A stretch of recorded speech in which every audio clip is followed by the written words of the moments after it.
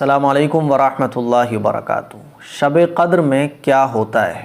ہم سبھی لوگ جانتے ہیں کہ شب قدر میں عبادت کرنا 1000 مہینوں سے افضل ہے۔ آج ہم لوگ جانیں گے کہ شب قدر میں کیا ہوتا ہے، رسول اللہ صلی اللہ علیہ وسلم نے شب قدر کے بارے میں کیا ارشاد فرمایا ہے اور شب قدر میں کیا کیا ہوتا ہے۔ آئیے آج ہم لوگ حدیث سے جانتے ہیں۔ بسم اللہ الرحمن الرحیم۔ نبی کریم صلی اللہ علیہ وسلم کا ارشاد ہے کہ جو شخص شب قدر میں ایمان کے ساتھ اور ثواب کی نیت سے عبادت کے لیے کھڑا ہو، اس کے پچھلے تمام گناہ معاف کر دیے جاتے ہیں، اور یہ حدیث مسلم شریف میں اور بخاری شریف میں موجود ہے۔ تو پتہ یہ چلا کہ اگر ہم لوگ شب قدر میں عبادت کریں گے، اور جو لوگ شب قدر میں عبادت کرتے ہیں تو ان کے پچھلے تمام گناہ معاف کر دیے جاتے ہیں۔ اور حدیث شریف میں جو آیا ہے نا کہ ثواب کی نیت سے عبادت کے لیے کھڑا ہو، اس سے نماز مراد ہے، اور جتنے بھی عبادت کے کام ہیں وہ سارے کے سارے مراد ہیں۔ قرآن شریف پڑھنا بھی، نماز پڑھنا بھی، ذکر و اذکار بھی۔ تو اتنی بڑی فضیلت ہے، اور شب قدر میں یہ اللہ کی طرف سے انعام ملتا ہے کہ شب قدر میں عبادت کرنے والے کے پچھلے تمام گناہ معاف کر دیے جاتے ہیں۔ اب آئیے دوسری حدیث سنتے ہیں۔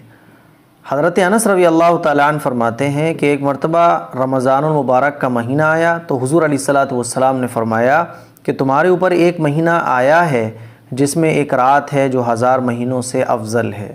جو شخص اس رات سے محروم رہ گیا گویا وہ ساری ہی خیر سے محروم رہ گیا۔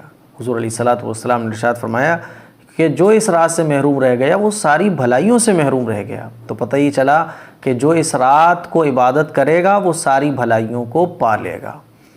اور آپ علیہ الصلاۃ والسلام نے ارشاد فرمایا اور اس کی بھلائی سے محروم نہیں رہتا مگر وہ شخص جو حقیقت میں محروم ہوتا ہے، یعنی اس رات میں عبادت وہی نہیں کرتا ہے جو حقیقت میں محروم ہوتا ہے۔ اسی لیے ہمیں کچھ نہ کچھ شب قدر میں عبادت ضرور کرنا چاہیے۔ اب آئیے تیسری حدیث سنتے ہیں کہ شب قدر میں کیا ہوتا ہے۔ نبی کریم صلی اللہ علیہ وسلم کا ارشاد ہے کہ شب قدر میں حضرت جبرائیل علیہ السلام فرشتوں کی ایک جماعت کے ساتھ آتے ہیں، اور اس شخص کے لیے جو کھڑا ہو یا بیٹھا ہو، اللہ کا ذکر کر رہا ہو اور عبادت میں مشغول ہو، تو جبرائیل علیہ السلام فرشتوں کی جماعت کے ساتھ دعائے رحمت کرتے ہیں۔ تو پتہ ہی چلا کہ جو شخص شب قدر میں عبادت کرتا ہے تو فرشتے ایسے شخص کے لیے دعائے رحمت کرتے ہیں، مغفرت کی دعائیں کرتے ہیں۔ اللہ اکبر۔ اب اندازہ کریں کہ اگر ہم لوگ شب قدر میں عبادت کریں گے تو فرشتے ہمارے لیے دعائے رحمت کریں گے، اور فرشتوں کے ساتھ کون ہوں گے؟ حضرت جبرائیل علیہ السلام۔ اندازہ کریے کہ کتنی بڑی فضیلت کی چیز ہے کہ اگر ہم لوگ شب قدر میں عبادت کر رہے ہیں تو فرشتے ہماری دعاؤں پر آمین کہہ رہے ہیں، فرشتے ہمارے لیے دعائے مغفرت کر رہے ہیں۔ یہ شب قدر کی رات میں ہوتا ہے۔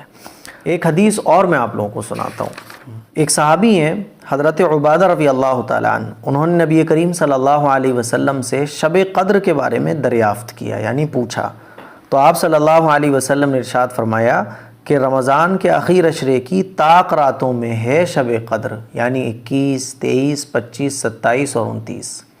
جو شخص ایمان کے ساتھ ثواب کی نیت سے اس رات میں عبادت کرے گا، جو شخص ایمان کے ساتھ ثواب کی نیت سے اس رات میں عبادت کرے گا اس کے پچھلے سب گناہ معاف ہو جاتے ہیں۔ سمجھ رہے ہیں؟ تو شب قدر میں یہ ہوتا ہے کہ اگر کوئی عبادت کرے شب قدر میں تو اللہ تعالیٰ اس کے پچھلے تمام گناہ معاف کر دیتے ہیں۔ اور یہ جو حضور نے فرمایا ایمان کے ساتھ ثواب کی نیت سے، یعنی ثواب کی نیت ہونا چاہیے، ریاکاری نہیں ہونا چاہیے، دکھاوا نہیں ہونا چاہیے۔ تو اللہ تعالیٰ ایسے شخص کی جو شب قدر کی رات میں عبادت کرتا ہے تو اللہ تعالیٰ اس کے گناہ معاف فرما دیتا ہے۔ اسی طرح سے ایک دوسری حدیث ہے، اس میں بھی آپ علیہ الصلاۃ والسلام نے ارشاد فرمایا کہ شب قدر میں جو عبادت کرتا ہے تو فرشتے ایسے شخص سے مصافحہ فرماتے ہیں، اور فرشتے ایسے شخص کی دعاؤں پر آمین کہتے ہیں، اور ایسے شخص کے لیے رحمت کی دعا کرتے ہیں، مغفرت کی دعا کرتے ہیں۔ تو حدیث سے پتہ یہ چلتا ہے کہ شب قدر میں کیا کیا ہوتا ہے۔ شب قدر میں عبادت کرنے والوں کے لیے فرشتے دعائیں کرتے ہیں، مغفرت کی دعائیں کرتے ہیں، مصافحہ کرتے ہیں، ان کو سلام کرتے ہیں، سلامتی کی دعائیں کرتے ہیں۔ اور جو شب قدر میں عبادت کرتا ہے تو اس رات میں اس کے پچھلے جتنے بھی گناہ ہوتے ہیں معاف کر دیے جاتے ہیں۔ اور حضور علیہ الصلاۃ والسلام کا ارشاد ہے کہ جو شب قدر میں عبادت کرتا ہے تو وہ ساری بھلائیاں حاصل کر لیتا ہے، اور جو شب قدر میں عبادت نہیں کرتا ہے تو وہ محروم کہلاتا ہے، ساری بھلائیوں سے محروم کہلاتا ہے۔ تو امید کرتا ہوں حدیثیں سننے کے بعد ایک ایمان آپ کا تازہ ہوا ہوگا اور شب قدر میں عبادت کا شوق بھی بڑھے گا۔ اس کلپ کو شیئر بھی کریں، دوسروں تک پہنچائیں۔ السلام علیکم ورحمۃ اللہ وبرکاتہ۔